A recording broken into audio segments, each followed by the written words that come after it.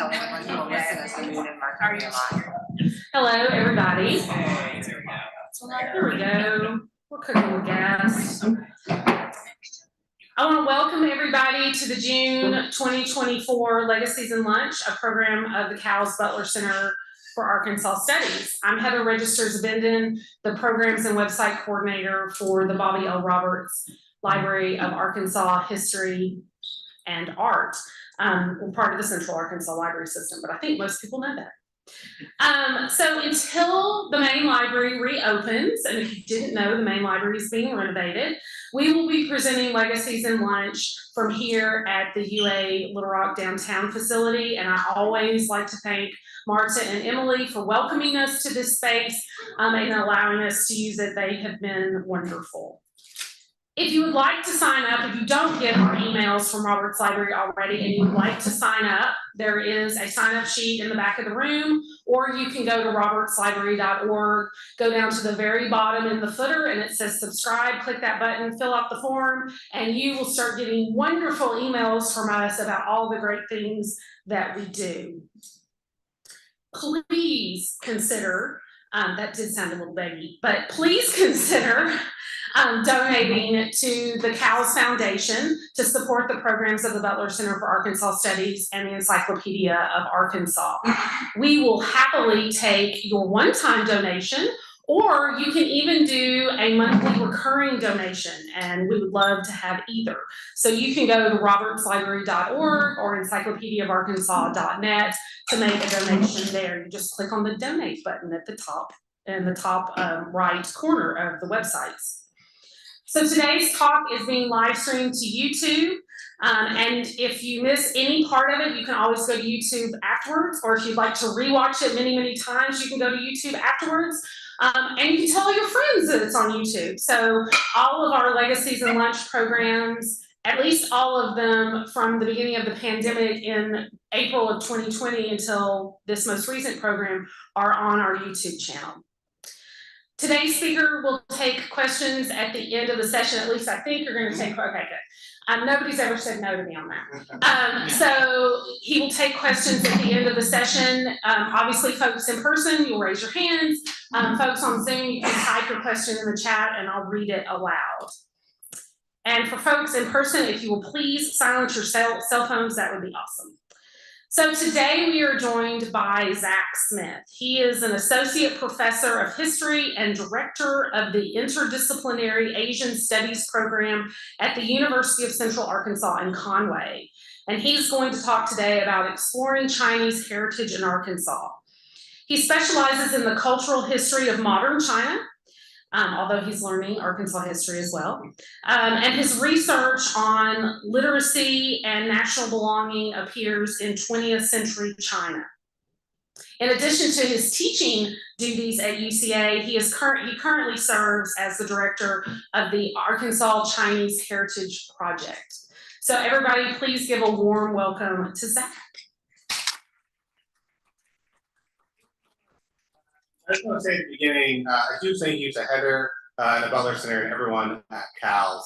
As I think you're going to see, a lot of the work that we've been doing over the past year with the Arkansas Chinese Heritage Project is very much in line with the incredible work that's being done at the Butler Center with initiatives like the Memory Lab. And I actually think our project probably has a lot to learn from many of the folks assembled here. So I'm really excited and honored to kind of be invited into this space and to talk with you all. So as Heather mentioned, I was originally trained as a historian of modern China. My dissertation research was about rural education programs founded by the Nationalist and Communist parties in the 20s and 30s. And I never really expected that I would have an opportunity to engage seriously with Arkansas history. It was a little over a year ago when I attended a spring festival banquet put on by the Center for Chinese Language and Culture at the University of Central Arkansas, where I had the life-changing good fortune to be seated next to a Mr. Ping Fong Jr. He was a retired medical devices professional currently living in Conway. And sitting next to him at dinner, he started talking to me about his experiences growing up in the small Arkansas town of Hughes. I cannot click. Can you click? Oh, yeah. Try it now. Hey. Hey. There we go. There you go. So he was telling me about growing up in the small town of Hughes, where his father owned a cash grocery store, serving predominantly members of the Black community in the otherwise deeply segregated town of the Jim Crow South. I learned from him that, in fact, his father's store was one of a whole network of mini stores in small rural towns up and down kind of the Mississippi and Arkansas River deltas. He himself was a member of an organization, the Chinese Association of Arkansas, which was founded 80 years ago in 1943, largely to serve the interests of Arkansas Chinese grocers. He invited me to an annual meeting of the Chinese Association of Arkansas, where I met many community activists and leaders who have been doing work to preserve this history. In particular, I want to highlight the work of Ms. Imi Dunn. Just curious, have any of you seen the film Far East Deep South?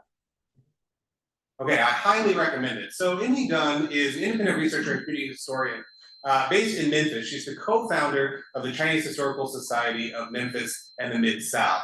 Her family owned a grocery store in the town of Pace, Mississippi.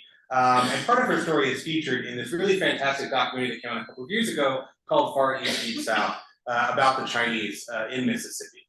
It is really thanks to the work of folks like Ping Fong Jr., Imi Dunn, Ping's wife Lucy Fong, that all of the work that I'm about to talk about today has been made possible. It was conversations with these community leaders and community historians that ultimately led to the brainstorming sessions that form the foundation of the Arkansas Chinese Heritage Project. This was an initiative that was started last summer, really almost about exactly 1 year ago today, whose mission is to collect, preserve, and showcase the rich history of Chinese Americans here in the state of Arkansas. As we will soon see, Chinese Americans have called Arkansas home for over 150 years. And although this history is oftentimes ignored or marginalized, not only within histories of the South, but quite frankly within Asian American studies as well, the goal of this project is to make this history available and accessible both to members of the community and to the broader public. Our long-term goal is to create an online digital oral history archive that's accessible to community members, scholars, students, researchers, and the broader public, really to just educate about the diversity of the state of Arkansas. Very crucially, this work is being done in collaboration with existing community organizations like the Chinese Association of Arkansas, the Chinese Historical Society of Memphis in the Mid-South, and the Mississippi Delta Chinese Heritage Museum based in Cleveland on the campus of Delta State. We have a steering committee that includes both community members, several professors at UCA, including folks in the geography department and the School of Language and Literatures, as well as UCA archivist Phoenix Smithy, who's been enormously helpful in helping us get this project off the ground. So today I want to talk a little bit about the work of our initiative. First, I want to talk more broadly about the history of the Chinese in Arkansas. How is it that Chinese immigrants ended up in the Deep South in the first place? Two, I want to talk a little bit more specifically about some of the stories that have emerged from our project thus far. And then at the end, I kind of want to make a plug for the idea of universities doing more collaborative research with community organizations. I think there's an enormous amount of possibility for institutions of higher learning to be much more engaged in sort of local community efforts who are really leading the way when it comes to preserving and showcasing this history. So to talk a little about kind of the history of Chinese immigrants in the South. Like many Chinese immigrant stories in the middle of the 19th century, it's a story that really begins in southeastern China, in Canton or Guangdong. This is a period of Chinese history that was enormously tumultuous. You had both the sort of two opium wars, but even sort of more impactfully, the Taiping Rebellion, a sort of internal civil war led by a man, Hong Xiuquan, who believed himself to be the younger Chinese brother of Jesus Christ. Ultimately led a millenarian rebellion that led to the deaths of over 30 million people. It's one of the single most destructive conflicts in all of human history and created an immense amount of chaos, especially in eastern and southeastern China. Fleeing famine and war, many Chinese immigrants, or many immigrants from China were looking for new places to settle. And of course, corresponding with the gold rush, you had the emergence of this new group of people, Gamsan Hak, or Gold Mountain travelers, Chinese immigrants seeking riches at Gold Mountain so that they could send those funds back to their families. One of my favorite sources to share with students are these folk songs from Canton at the time that sort of speak to the hopes and aspirations of some of these Gold Mountain travelers, right? The first one says, oh, sojourner from Gold Mountain, if you've not 1,000 gold, you must have at least 800, right? You're a rich guy. Uncle from South Seas, you look at your money bag, it's empty, it's empty. Young man from Hong Kong, yes, you earn a lot of money in Hong Kong, but you spend it all in Hong Kong too. Or the second one, as a historian, hit me kind of hard. Don't marry a daughter to a man of books. He locks himself with books and sleeps by himself. We can ask my wife what she thinks about that one. Don't marry a daughter to a farmer. His feet are full of manure and his hair is full of dust. Hurry and marry the daughter to a man from Gold Mountain. As soon as he gets off the boat, he has money hundredfold. So there's an enormous sense of promise in America as a source of wealth and economic security for families in Canton at this time. And of course, that explains why many sort of Chinese immigrants essentially participated in the gold rush. Then, of course, as many of you probably know, found themselves working on the Transcontinental Railroad. But that still leaves the question of how did people end up in the Deep South? It does not bring the same kind of gold riches that were promised in places like California. Well, a lot of that has to do with the very particular geography of the Mississippi Delta. So of course, the Mississippi Delta, this region, does not refer exclusively to the delta of the Mississippi River, but to this broader sort of 7,000 square mile alluvial floodplain surrounding the Mississippi River. It's sometimes called the Yazoo Mississippi River Delta, sometimes called the most southern place on Earth. I think that designation is really interesting. What does it mean to sort of be the most southern place on Earth? I think those of us in the room can have a lot of different answers to what it means for a place to be southern, but certainly in this instance, there's a very particular connection to its history with the Civil War.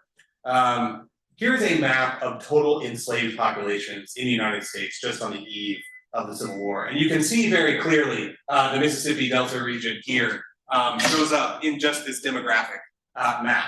This was an area of the country that was almost entirely dependent on the institution of chattel slavery and on enslaved labor. So in the immediate aftermath of the Civil War, there was among white plantation owners who had become accustomed to this position of privilege and exploitation, concern about what was going to happen to the economy of the Mississippi River Delta.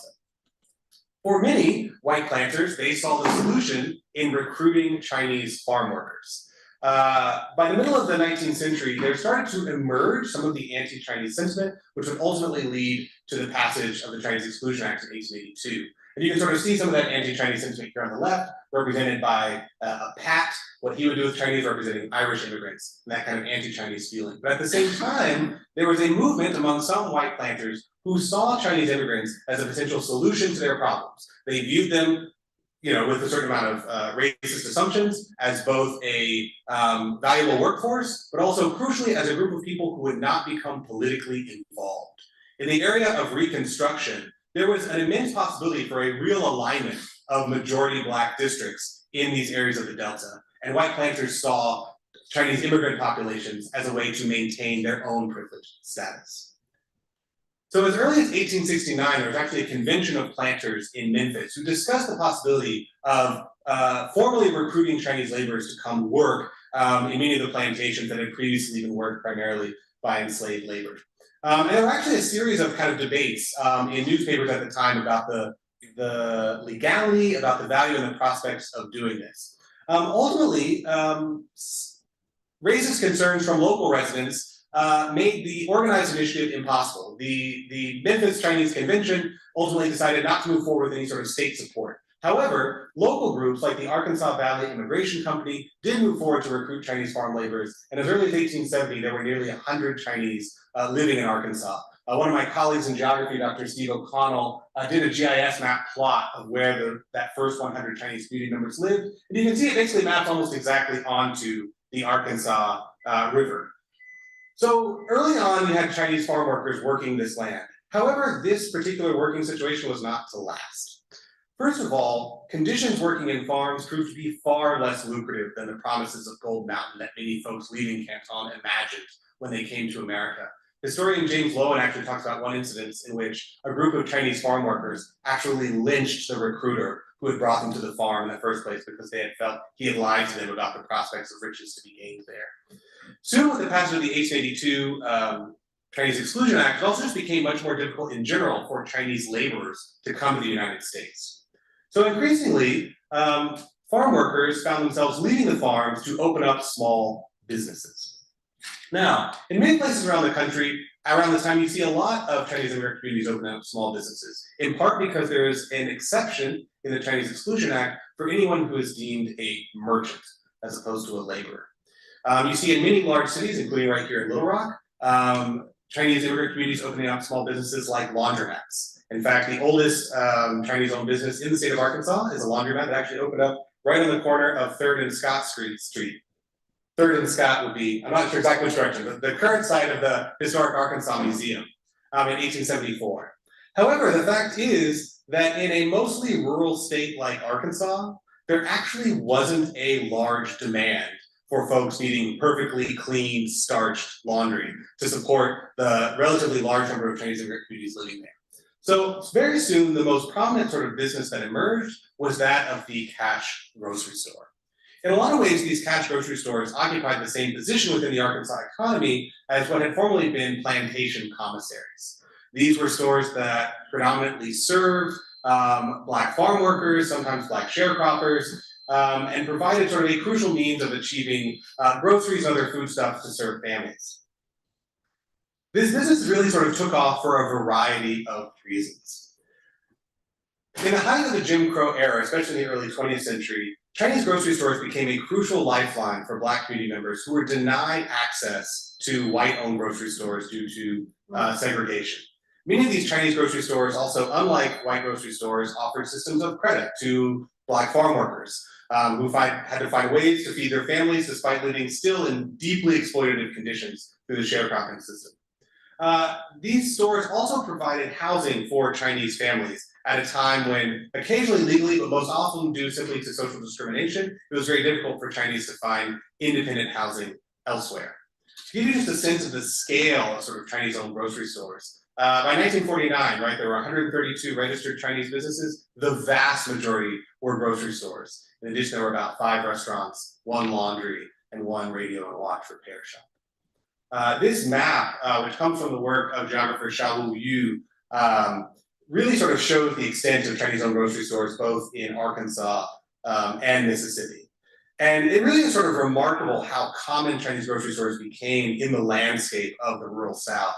To me, one of the most telling statistics is that the town of Greenville, Mississippi, which by mid-20th century had a population of about 40,000 residents, had about 50 Chinese-owned grocery stores, which would basically amount to one on almost every corner, right? This is an extremely integral part of the kind of economic livelihood and basic social functioning of the community. I highlight the sort of number of Chinese grocery stores in Mississippi as well, because that actually speaks to another source of immigration to the state of Arkansas. So as more and more Chinese sojourners ultimately settled down in the Delta, began operating grocery stores and starting families, there emerged increasing numbers of conversations about schooling for the next generation.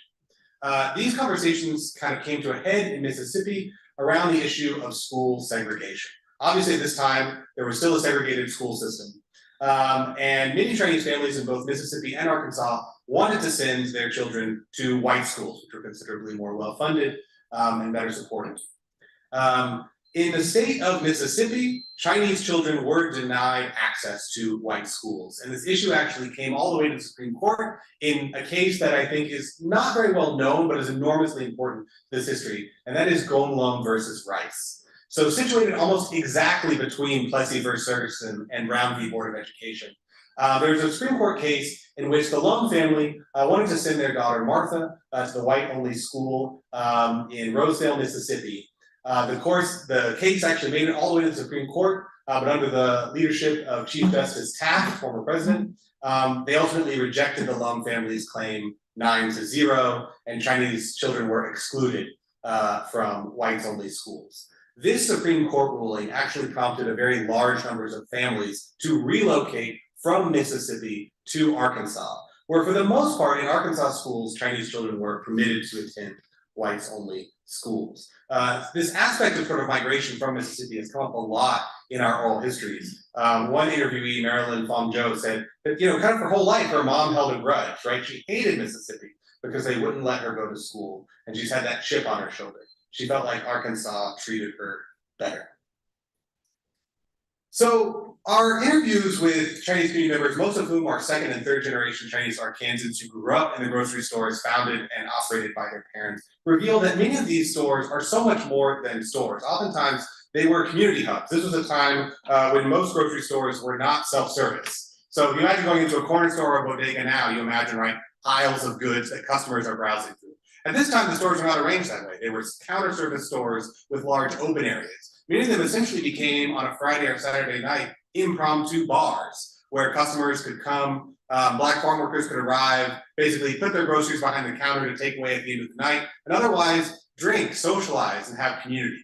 Many of these grocery stores ultimately became the sites for the founding of new businesses, things like photography studios, TV repair shops, egg roll stands, and the like. And for pretty much every family, these stores were a crucial means of livelihood for providing income and education to the next generation of Chinese Arkansans. I should say that it's also important to realize that this history is very much a vanishing history. Almost all of the Chinese-owned grocery stores that used to kind of dot the rural towns of the Delta, almost all of them are now gone. Part of it is due to political developments, including the post-1968 boycotts that I'm going to talk about more in a second. Part of them are due to increased competition from places like Safeway, later on Dollar General, things like that. Another time they're simply due to the fact that they're located in towns whose own populations have declined substantially in the last several years. What that means is that at this point there are still, as of today, only 2 Chinese-owned grocery stores that are still open in Arkansas that have been in continuous operation since the middle of the 20th century. In many cases, the stores are now closed. In some cases, the buildings have been torn down. In others, though, such as in Elaine, the buildings have actually been repurposed. What is now the Elaine Museum and the Richard Wright Civil Rights Center actually used to be the site of a Chinese-owned grocery store. If any of y'all ever make the trip up to Memphis, in Forest City, the St. Francis Historical Museum is currently being constructed or renovated in the Chu building, which used to be a Chinese-owned grocery store and a Black movie theater. I should say that also following sort of broader patterns of outmigration from the state of Arkansas, many of the subsequent generations of Chinese Arkansans have also left the state. And so the group of predominantly Cantonese-speaking Chinese who grew up in Arkansas in the early part of the 20th century are now in their 80s and 90s. Many of their children have moved on. And so there's never been a more crucial time to preserve and understand this history. So I want to talk a little bit about what we've been doing with the Arkansas Chinese Heritage Project. So from the beginning, we've worked to develop a way of collecting oral histories that are fundamentally community-based, that are building off the work of pre-existing community organizations, that is multidisciplinary and that aims to be broadly accessible. One of the first interviews we conducted was with Ms. Susie Tonyman, who normally I wouldn't reveal someone's age, but she is 95 years old. And we were so thankful to have the chance to speak with her about her history and her experiences growing up in the small town of Arkansas City, Arkansas. Since interviewing Susie, we've had the chance to interview 12 individuals, recording about 20 hours of oral history, and we've digitized over 100 photographs.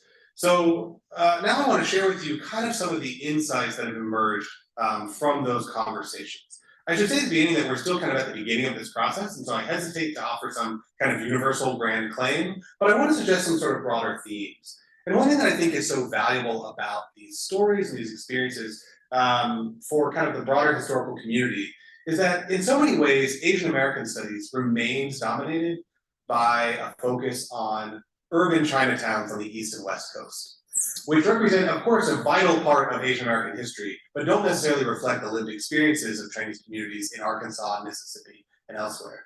Similarly, I think a lot of histories of the South remain very kind of laser focused on Black-white racial hierarchies that ignore the kind of rich diversity of our state and don't speak to the lived experiences of Chinese communities in many of these rural towns. So I want to just highlight a couple of very quick sort of themes and ideas, and then we'll kind of open things up for questions. So one of the themes to emerge that's been really prominent is that of civic engagement. There's actually been a long history of civic engagement among Chinese Arkansans, dating back even to the 1920s. In 1927, Arkansas became the very first state in the nation to overturn an alien land law. These were a series of laws preventing those without access to citizenship from buying or owning land. Arkansas actually overturned this law in 1927 due to a challenge from Long Jung Luke of Elaine. I should say that this probably had more to do with the wide understanding of private property in the Arkansas State Constitution rather than a particularly enlightened disposition of the Arkansas State Supreme Court, but nonetheless it represented a landmark case. Another sort of development is the establishment itself of the Chinese Association of Arkansas, So Susie Tonyman, her father was actually the founder of the Chinese Association of Arkansas and had previously participated in an organization called the Arkansas Chinese Merchants Association. She noted that we formed in the 1930s not only for social purposes, but if somebody got into trouble, if they were run out of town, they would support that person. And that's how her father came to be the first president. In 1943, the organization was founded formally to advocate on behalf of Chinese communities in Arkansas and to promote the war effort. Why 1943? In part, it was because in 43, Arkansas Governor Homer Adkins attempted to revive the Alien Land Law, in part because he was concerned that Japanese Americans who had recently been forcibly taken from their home and imprisoned in Rower and Jerome would ultimately remain in Arkansas after the conclusion of the war and buy land to compete with Arkansas farmers. So he was worried about Japanese Americans, and he passed a law he worked to pass a law to prohibit any Japanese citizen or alien from purchasing or owning land in Arkansas. And you can see some of the debate among Arkansas state senators at the time. Senator B. Frank Williams said, this law will safeguard the real property of the state of Arkansas and citizens thereof, because on account of the standards of living of the Japanese people, a white person cannot profitably compete with the Japanese, either in agriculture or business. These kind of very essentialist, kind of fear-mongering language. But then you had senators like Willis B. Smith, who said, I favor denying Japanese property rights, but this bill will violate the state constitution and penalize Chinese residents. So you can see among white community leaders at this time this dawning recognition of Chinese grocery store owners as being members of the community. And you have examples of sort of Chinese Pacific organizations and white organizations working together, such that they were ultimately successful in stopping the passage of this law and protecting the interests of Chinese grocers. Another aspect of civic engagement that I think is really interesting is the surprising number of Chinese American mayors in the state. Charlie Waugh was a longtime mayor of Trail, Arkansas in the 1970s. I especially want to focus on William Chu Howe, who was the mayor of Crawfordsville from 1976 to 1993. At this particular time, the Howe family was indeed the only Chinese family in Crawfordsville. And yet the Howe family and Chu Howe groceries constituted a very important part of kind of the civic infrastructure of the town. In an interview with his son, Lawrence, Dr. Lawrence Howe said, growing up in this small town of Eastern Arkansas, our store was the daytime number to report a fire. So as the siren would go off, the firemen would drive by the store and we'd yell at them whose house was on fire. So this kind of sort of everyday kind of civic engagement that's really sort of central to these communities. Another theme, of course, is entrepreneurship. I can show you there using a map that was shared with me by the Historic Arkansas Museum that actually shows the site of that first Chinese laundry on the corner of 3rd and Scott. But even more broadly, themes of sort of entrepreneurship and hard work have emerged again and again in these oral histories. An interview with Lucy Jo Fong of West Helena, she noted, in Helena, West Helena, families had to work so hard for their living. My dad said if you didn't work hard today and make a go of it, you might not have a good tomorrow. So you have to work hard every day. He was a hard taskmaster because he expected us to come home from school every day to work in the store. And indeed, this particular generation of Chinese Arkansans continued to work in the store as early as age 8 or 9 for many, many hours a day. Oftentimes it was go to school, and as soon as you're coming home, work a full shift in the store. The theme of entrepreneurship, I think, also extends to the flexibility of businesses started in these stores. Beverly Go Watson mentioned, my daddy really expanded for a guy who didn't finish high school. He learned to be a photographer. He had a small photography business and he kind of catered to the Black neighborhood because we were kind of in a Black neighborhood. So I still have people walk up to me and say, I still have that picture that your daddy did of me. He took photography, then he got a license to do radio and TV repair. I think this is sort of an interesting example of the kind of civic and community partnerships between Chinese and Black communities in small rural towns. I should note though that this relationship was not always frictionless. Indeed, another theme from the interviews we've conducted is the immense impact of 1968 boycotts. So following the murder of Martin Luther King Jr. in Memphis, there were a series of local community Black organizations that organized boycotts against non-Black owned businesses and especially white owned grocery stores. The Encyclopedia of Arkansas has a fantastic overview of one of the boycotts organized against Ernest Ray's store in Blytheville, Arkansas. It turns out, however, that many Chinese-owned businesses were also the targets of local boycotts. An interview with Frank Joe in West Helena noted that essentially following the boycott, all the businesses, even across the track, were done. Asians across the street, they all lost business, they lost customers, and they lost all the receipts of customers with credit when the boycott happened. And then essentially it led to the entire Asian population leaving less to tell. A couple of other sort of themes I think are really interesting is that of sort of cultural continuity and efforts to kind of preserve culture and community. A central issue for a lot of our interviewees is preservation of language. Although there were some early attempts to establish a Chinese language school, they ultimately never lasted very long. It was very difficult for the sort of second and third generation of Chinese Orcasians to grow up with access to Chinese language learning. Lucy shared with me a notebook that she had drafted where she had tried to create essentially her own handwritten romanization system for her mother's Cantonese. Others mentioned, that Susie said that her father-in-law, Robert Tonyman, taught her husband Daniel Chinese to about the 4th grade, and they spoke Chinese fluently. And her father-in-law, Robert Tonyman, was especially unique in that he was trained in classical Chinese poetry and was often called upon to recite poems at weddings and other kind of community events. Another major theme that's come up is food. Food is sort of a lifeline for preserving culture, especially in interracial marriages. Mr. Leasting talked about his parents who were in an interracial marriage. Noted that even as many aspects of their life kind of changed, every Sunday we always had Chinese food with my grandparents. Sunday was Chinese food, and my mom and dad had to make everything from scratch. You couldn't go to, the Chinese restaurant. That was the one Chinese tradition we had early on, and we all used chopsticks, except my white grandparents. There's other just very quickly some emergent themes that I think are oftentimes not discussed in the context of the South or Asian American history. One is mobility. Sometimes there's this narrative that Chinese communities in the South were isolated, when in fact there are very large, well-functioning community networks that allowed people to continue to earn a livelihood.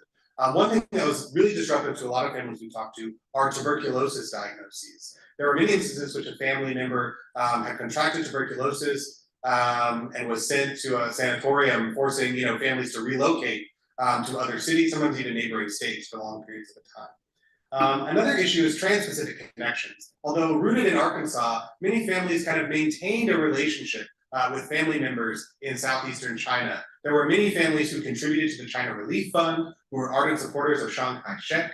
One community member still actually had the Kuomintang Nationalist Party membership card that her grandfather had and kept with him.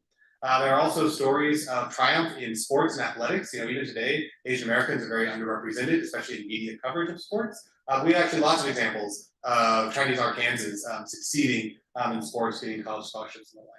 And one thing we really tried to do in this project is really work to kind of center joy.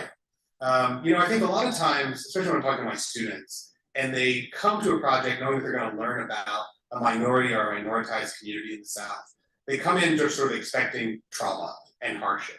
And absolutely that form of trauma and exploitation exists. But I think it's really crucial, and I think we've really looked to a lot of Black oral history projects sort of leading the way in this regard, of trying to find ways to really kind of center moments of sort of joy and creativity. One of my favorite things I've been able to engage with this project is the folk art of a man by the name of Harry Sai Jo.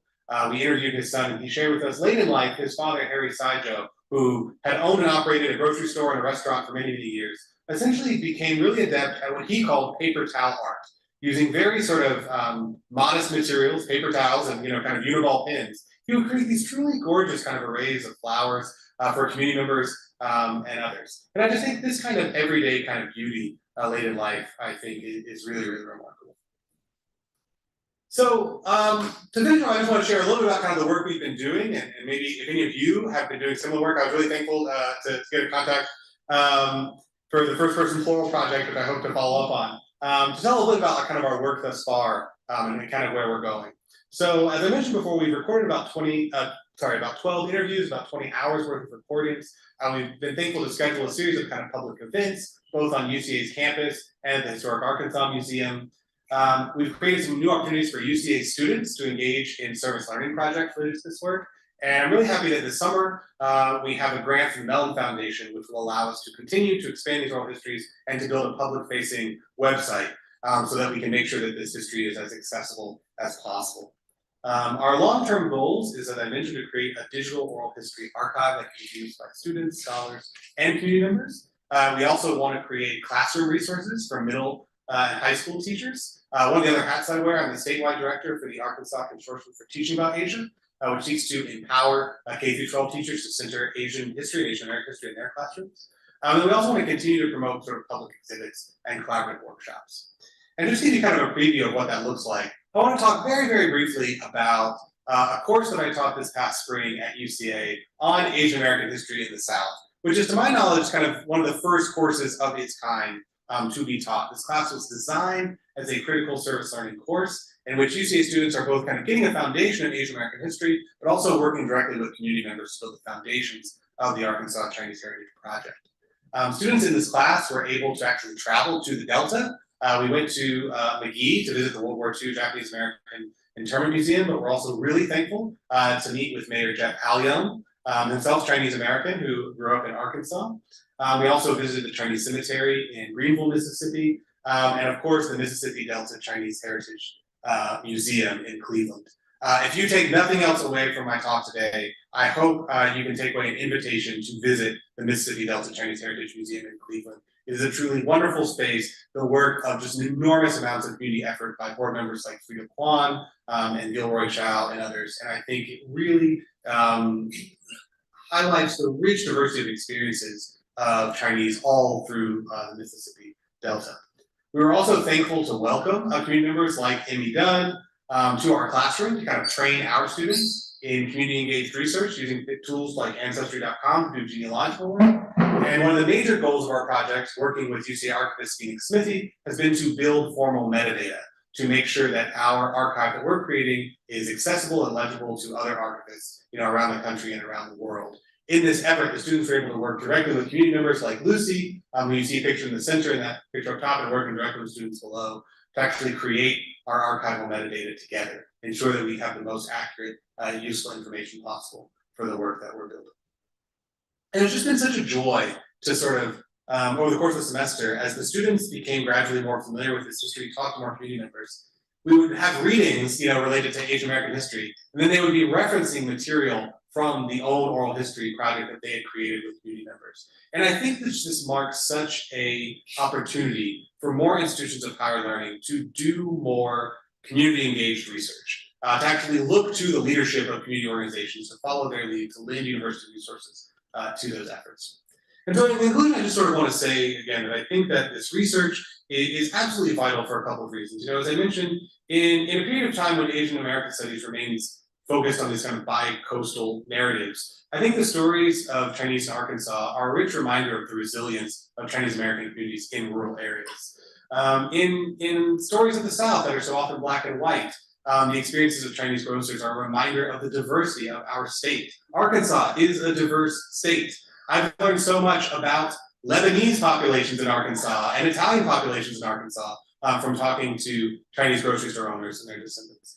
And I think, quite frankly, at a time when anti-Asian racism and violence against Chinese Americans specifically remains alarmingly high, these stories are not only a rich reminder of the contributions of Chinese Americans to the state of Arkansas, but also just stories about how diverse communities come together and come to understand one another. So I'm so thankful to be working with members of the community to kind of work through some of this history, and I'm really happy to collaborate with folks here to make sure we continue working together. So thanks for having me, appreciate it.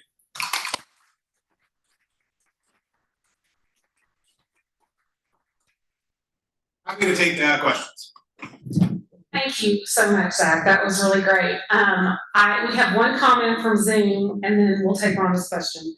But I don't want to forget our Zoom people. Of course, I moved the thing. It's really a statement. She says, "I'm loving this." I'm assuming it's a she. Sorry about that. They are saying, "I'm loving this. So much history I was totally unaware of." So, okay. I appreciate it. Yeah, yes. Thank you very much. My question is, demographically, have you found any evidence of interracial marriages, specifically with Blacks and Chinese? Because I've had visitors to the genealogy department researching at Black and Chinese history. Absolutely, that's an excellent question. The interracial, that's an excellent question. The subject of interracial marriage actually has come up a lot in our conversations. And I should note that in all cases, interracial marriage was highly fraught, typically on kind of both sides. Even within that fraught relationship, though, of course, the issue of interracial marriage with white Arkansans and Black Arkansans was treated differently within communities.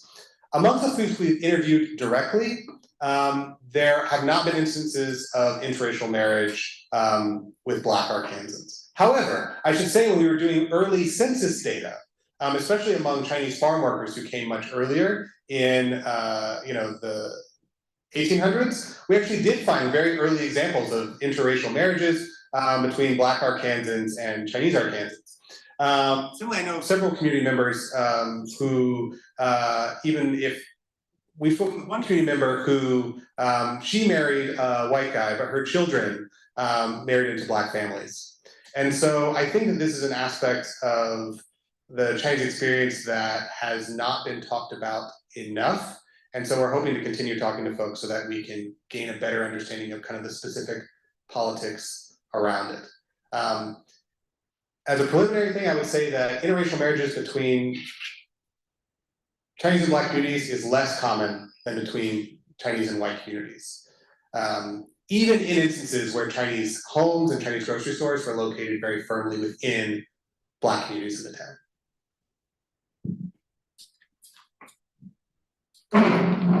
Really loud. It's an accessibility It is thing. accessible. I'm curious, I was listening and noticing that the Chinese immigrant experience in the rural South very much mirrors the Jewish immigrant experience in the rural South. Similar businesses, same towns. And I'm wondering if, especially because the businesses sound similar, I mean, I have a picture of my great grandfather's store that looks just like that. Was there animosity? Was there a relationship between the Chinese immigrant community and the Jewish community? I'm curious how that worked. Were they competing? I mean, these are small towns. If they're all having the groceries, what was it a competition? I'm curious about how that worked. I do a really good build on. Thank you. No, I really appreciate it. Okay, so some people try to get around this. I'll start with saying I don't know. All right. I'll tell you what I do know. In part because, again, we are still in some ways building this work out of oral history. Because, again, other than a couple of books that were published in the 1970s, there's been very little kind of academic work done on these communities. So we're really kind of following community members' lead.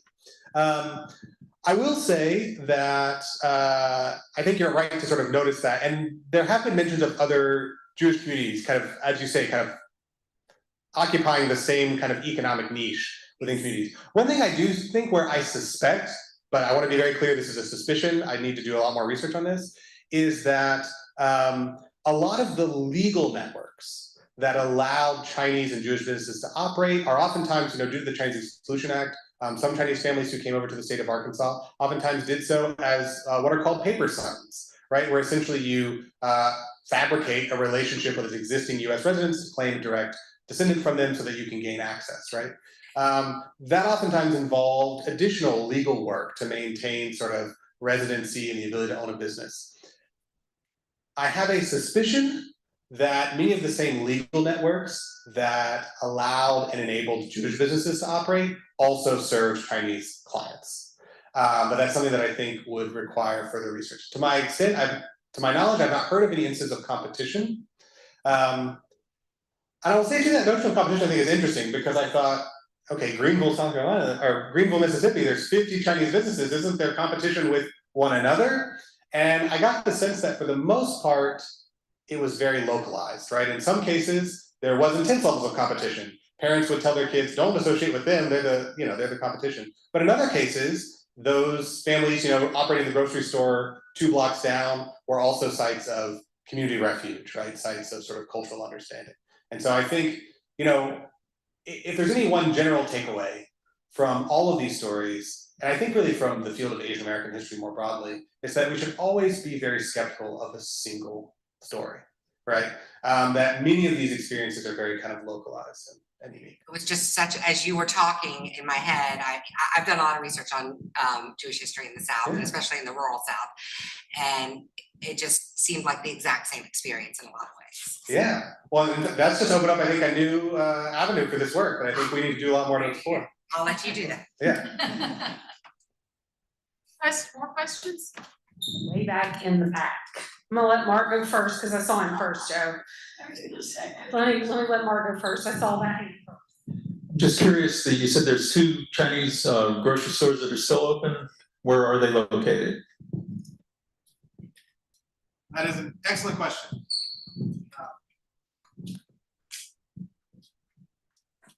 So one is located, the one that I have not spoken with the proprietors of, and so I'm less certain about, is located in Dumas, near McGee down the southeast. But the store that I'd actually encourage everyone to maybe find some time to check out is Young's Groceries in Earl, Arkansas.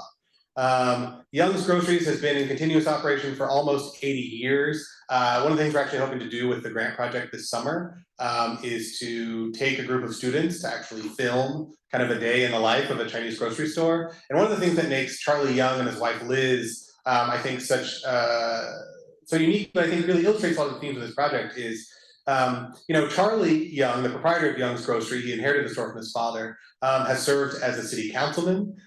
He provides a lot of the Christmas decorations for downtown Earl. Every year he actually puts on a fireworks show. He uses his own money to buy thousands of dollars worth of fireworks. People from Memphis come to watch Charlie's fireworks show. And so I think even now, even today, after so many changes in competition from Dollar General and all that, Young's Grocery remains absolutely central to just kind of the civic life of Earl. They recently opened up a new public library directly across the street from Young's Grocery, because that's where kind of the heart of downtown is. So. That's interesting, because there's a big Lebanese population in Earl as well. That's true, yes. Yeah, they put the library right across from the grocery store. That's where all the action is. That's right, that's all you need, really. Right. I just wanted to underscore several of the things that you said. Our oral history project interviewed 4 women who grew up in grocery store families on the Delta, and everyone fit in the general framework, and everyone had different details, very different details, so that the children in the families, which often had a lot of kids in a wide age range, had very different educational experiences. Some kids grew up under segregation, in which it was not true that Arkansas was kind to kids. And they ended up going to Cleveland, to the Chinese school, which was always the refuge. And it was started for that reason. Others grew up to attend Arkansas white schools. Others were grandfathered in because of their families' social and professional relationships, which were especially good. That was true of Susie Toniemans. We interviewed her several years before you did. Ah, yeah. And although it sounds like your follow-up was very good. And so every family had a different story within this larger historical cosmology. And you're right to ask about the Jewish mercantile. Almost every family we talked to talked about working side by side with Jewish merchants who were generally their allies, close allies, because they had the same customer base and the same kind of situation in a small town. Well, and even when he was speaking about the communities disappearing, it's the same thing. It's the same thing that's happening. The woman that you spoke about from Arkansas City, did she say anything about, I don't know her age, so I may be maybe her older than she is, but did she have anything to say about Rower, Japanese American incarceration? I mean, Arkansas City and Rower are pretty close. Yes, that's a great question. So unfortunately, this actually part is not part of the formal research record because I learned this in a follow-up conversation with her afterwards. But in fact, Japanese Americans who were interned at Rower actually were taken to her family's store to buy groceries. Of course, at this time, though, the relationship between Chinese and Japanese Americans was not good. And in fact, at least one interview said my older brother, he's dating a white girl and that generated some drama. But when he brought a Japanese girl home one time, his mom didn't speak to him for several weeks, right?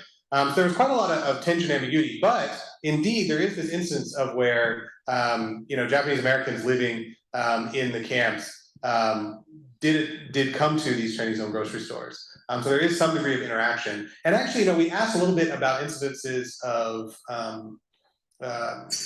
even though I mentioned about talking about centering joy, we do ask about experiences of discrimination and alienation, things like that. And some community members did mention that actually the worst forms of discrimination they experienced was discrimination targeted against Japanese. They were mistaken for being Japanese and subject to sort of anti-Japanese harassment. And so I think that this kind of relationship between the Japanese and Chinese communities remain difficult. Any other questions? Well, thank you so much again, Zach. I appreciate it. One more question on Zoom. Oh, we have one more question on Zoom. I'll let you read it. It'll take me forever to get my phone out and look it up. Okay, the question on Zoom is, you mentioned the 1968 boycott. Could you say more about the economic impact of desegregation on Chinese groceries? So, in terms of the broader, so it absolutely is the case that the kind of initial customer base for these grocery stores are created through the Jim Crow laws that sort of led to these segregated communities. I will say that I would not attribute the kind of, although it is the case that many of these grocery stores ultimately closed in the kind of 1970s and 1980s, in some acute instances, like the organized boycotts, this is directly attributable to kind of historical events in the 60s.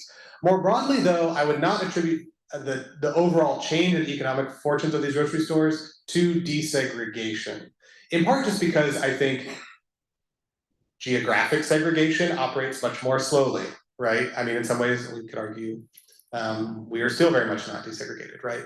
And so I think desegregation itself did not have the same kind of direct impact on the stores as, say, competition from other groceries, broader depopulation, kind of urbanization trends. Many people simply leaving these towns. In certain cases, like Pine Bluff, which were sort of industrial towns that kind of became deindustrialized, are other kind of examples. But more broadly, it was these competition, declining populations, and that next generation, oftentimes seeking professional degrees and choosing not to, run a grocery store like their parents did, that I think had a much bigger impact. I'll call him out. That was from Dave Wilkie. Okay. So. He likes to test me. Yeah. So that was a very good question. That's from another history professor at UCA. So one history professor question to another history professor. Thank you again. This was fabulous. Everybody give him a round of applause.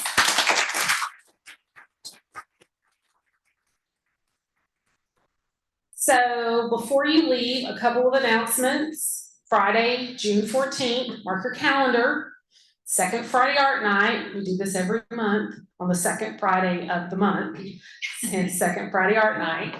We are now at the Rocket Lab, which is in the triangular building across the surface lot parking lot. It used to be known as the Cox Building. So come and have fun with us on second Friday. It's from 5 until 8. There are usually artists there selling their wares. We will have snacks and wine. There will be knitting. I will teach you how to knit if you don't know already. I've never had a failure. So please come challenge me. And all of our 2 fan activities are underwritten by the Wingate Foundation. We always like to shout out to our funders. So next month on July 3rd, so before you go on vacation, on July 3rd, Wednesday, July 3rd at noon, we are going to have our very own community outreach archivist, Danielle F. Sorda. She is going to talk. This has been the year, I just realized this has been the year of immigrant talks for Legacies and Lunch. I did not plan this, but this is how this has happened. And so she is going to talk about Marche, which is a community out in Pulaski County, and how they're preserving their Polish American heritage. So mark your calendars again for Wednesday, July 3rd at noon. We'll be back here. If you come in person, you get a free cookie. If you're on Zoom, you do not get a free cookie. So see everybody next month. Thanks.